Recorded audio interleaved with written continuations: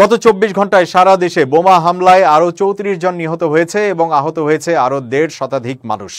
এদিকে লেবাননে হামলা অব্যাহত রেখেছে ইসরায়েলি বাহিনী। রাতভর শক্তিশালী বিস্ফোরণে কেঁপে উঠেছে বৈরুত। দেশটির স্বাস্থ্য মন্ত্রণালয় এই তথ্য জানিয়েছে।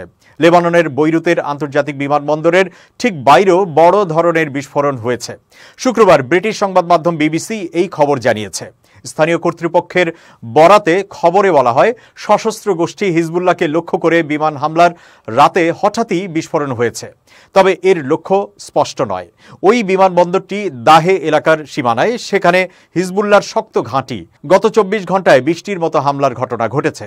এর মধ্যে 11টি হয়েছে বৈরুতের দক্ষিণ শহরতলিতে। লেবাননের বিভিন্ন স্থানে ব্যাপক হামলা চালাচ্ছে ইসরায়েলি বাহিনী।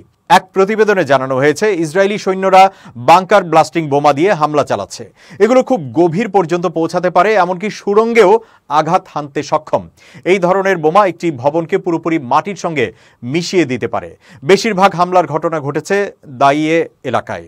ইসরায়েলি গণমাধ্যমের খবরে বলা হয়েছে, হিজবুল্লাহ নেতা হাশেম সাফিউদ্দিনকে হত্যার উদ্দেশ্যেই এসব হামলা চালানো হয়েছে। ধারণা করা হচ্ছে পরবর্তীতে হিজবুল্লাহ প্রধান হতে যাচ্ছেন হাশেম সাফিউদ্দিন। তিনি বর্তমানে হিজবুল্লাহর শীর্ষ নেতা হিসেবে কাজ করছেন। লেবাননের সেনাবাহিনী বলছে, দেশটির দক্ষিণে তাদের 2 সেনা নিহত হয়েছেন। ইসরায়েলি বাহিনী হিজবুল্লাহর বিরুদ্ধে তাদের আগ্রাসন চালিয়ে যাচ্ছে। আরও 20টি শহর ও গ্রাম খালি করার নির্দেশ দেওয়া হয়েছে। ইসরায়েলি সামরিক বাহিনী এই হামলা নিয়ে এখনও কোনো মন্তব্য করেনি। তবে তাদের পক্ষে জানানো হয়েছে, সেনারা সীমান্তের কাছে হিজবুল্লাহ যোদ্ধাদের হত্যা করেছে। আর হিজবুল্লাহ বলেছে, তারা সীমান্তের উভয় পাশে ইসরায়েলি সেনাদের লক্ষ্যবস্তু করেছে।